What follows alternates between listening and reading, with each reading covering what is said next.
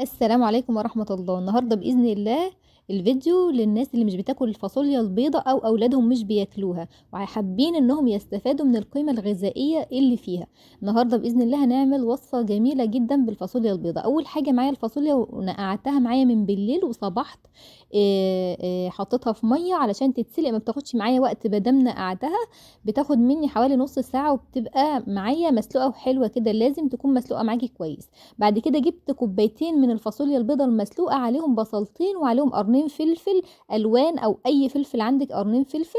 حطيت فلفل احمر وفلفل اخضر. حطيت كمان حوالي 4 فصوص من الثوم، وحطيت صدر فرخه، اللي هو الصدر ناحيه واحده يا جماعه، يعني قطعه كده من صدور الفراخ. حطيت بقى بهارات عندي، وحطيت ملح، وحطيت حبهان مفروم لو موجود عندك، او بتحطي طعم بقى الكفته، اي بهارات، اللحمه، الحواوشي، اي حاجه عايزه تنكيها بيها. وبتضربيهم كلهم في الكبه مع بعضهم، وبتكون معاكي قوامها بالشكل ده. هي هتلاقيها بتلزق معاكي شويه كده. بس هتدهني ايدك زيت كده، وتبداي انك تشكليها على شكل قرص كده، شكل برجر، شكل كفته، اللي انت حابه تشكليه بيها. لو حابه عندك مكبس البرجر ده وحابه تعملي الشكل البرجر، اعمليه. انا عندي والله يا جماعه المكبس، وان شاء الله يعني هكمل باقي الكميه فيه. بس دلوقتي انا حابه اوريكم الفكره، وبعد كده شكلوها بطريقتكم وزي ما تحبوا. بعد كده هتجيبي كده صينيه تدهنيها زيت او تحطي فيها زيت خفيف، وبتبداي تحطي فيها عندك ايه؟ البرجر الفاصوليا الخطير ده. بجد الطريقه دي هتعجبكم جدا. انا الحقيقه جربتها وعجبتني قوي. هقول لكم بس ملحوظة كده في اخر الفيديو، بس خليكم معايا. بعد كده بقى بتخلي ايدك فيها، لانها ما بتاخدش وقت في السوى.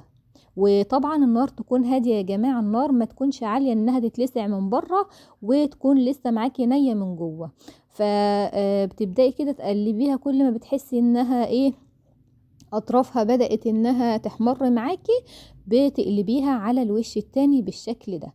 ما بتاخدش معاكي وقت طويل ولا اي حاجة، وفي ثواني بتكون عندك احلى برجر فاصوليا. بتحطي بس عليه كده قطعة من الفراخ علشان ايه؟ تتوهي الدنيا ببعضها كده، ما بيبانش خالص ولا بيظهر ابدا، وعمر ما حد يعرف انها فاصوليا لو ما شافهاش، ولا يخطر على بال حد فعلا ان ده الوصفة دي فيها فاصوليا. فهتستفادي بالقيمة الغذائية العالية من غير ما أي حد يحس.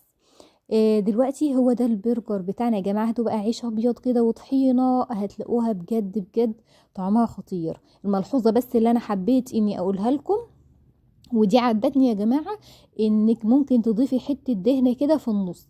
تحطي حاجة كده سمينة دهنة ليا، تضيفي مادة دهنية كده، تكون ايه، تطريها معاكي شوية. انما هي كطعم فعلا طعمها بجد حلو قوي. او ممكن تحطي في قلبها حتى حتة سمنة، يعني المهم حاجة تكون معاكي تطريها عن كده شوية. بس هي والله يا جماعة طعمها حلو قوي. فدي الملحوظة بس اللي عدتني وحبيت اني افيدكم بيها. طبعا دي مش الكمية كلها، ده عملت بس قرصتين كده او شوية صغننين قوي اوريكم الفكرة. لكن لسه عندي ما شاء الله العجينة هتفرط معاكي كتير قوي. فهتعملي عزومة بالكوبايتين الفاصوليا دي والصدر الفرخة.